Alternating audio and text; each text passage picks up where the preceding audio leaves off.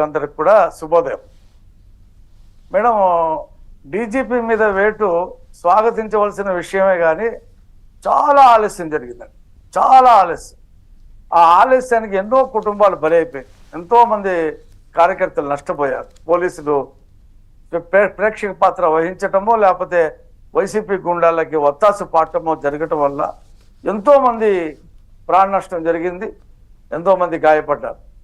ఇప్పటికి కూడా పోలీసుల్లో మార్పు రాకపోవటం వల్ల ఇప్పటికైనా సరే రాజేంద్ర రెడ్డి గారు తప్పుకుంటున్నారు, తిరుమలరావు గారు వస్తారని చెప్పంటారు సీనియర్ మోస్ట్.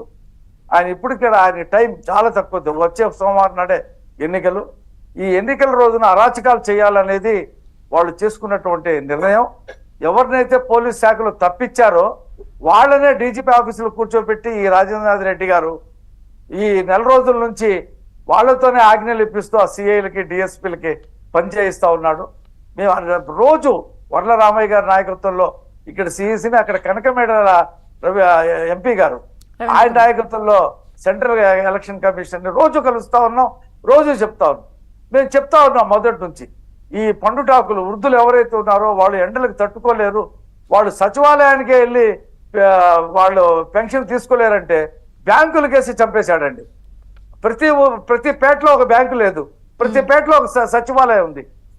ఒక్కొక్క బ్యాంకు 12 కిలోమీటర్ల దూరంలో ఉన్నటువంటి ఊర్లు కూడా ఉన్నాయి. ఆ లాజిక్ కూడా గమనించకుండా ఆ జవహర్ రెడ్డి ఇప్పటికే 8 మందిని చంపేశాడు. ఈ రకమైనటువంటి అధికారులు జగన్మోహన్ రెడ్డి రాజకీయ ప్రయోజనాల కోసం పనిచేస్తున్నటువంటి తక్షణం తొలగించాలని మొదటి నుంచి మేము వేడుకుంటా ఉన్నాం.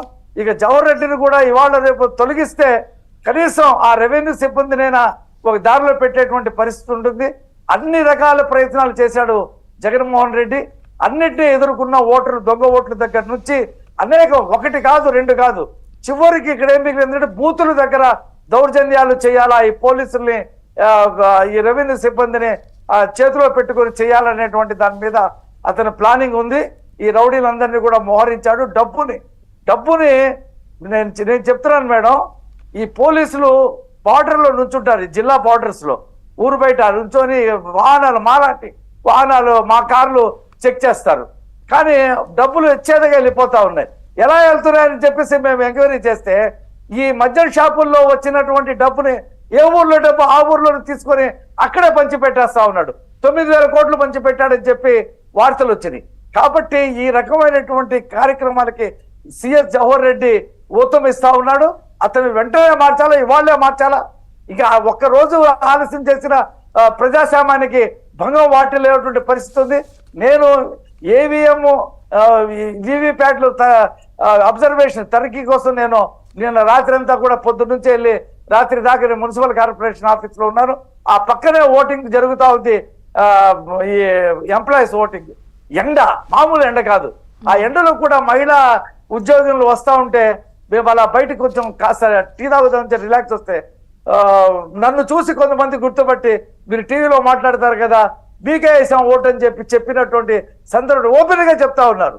ఇలా తిరుపతి గారు చెప్పినట్టు అసలు ఏజెంట్లు కూడా అవసరం లేదన్నమాట. నిజమే, ఓపెన్ గా ఎంత మోసం చేశాడో ఎంప్లాయీస్ ని, ఎంత వేధించుకు తిన్నాడో, ఇప్పటికీ ఎంత బకాయిలు పడ్డాడో.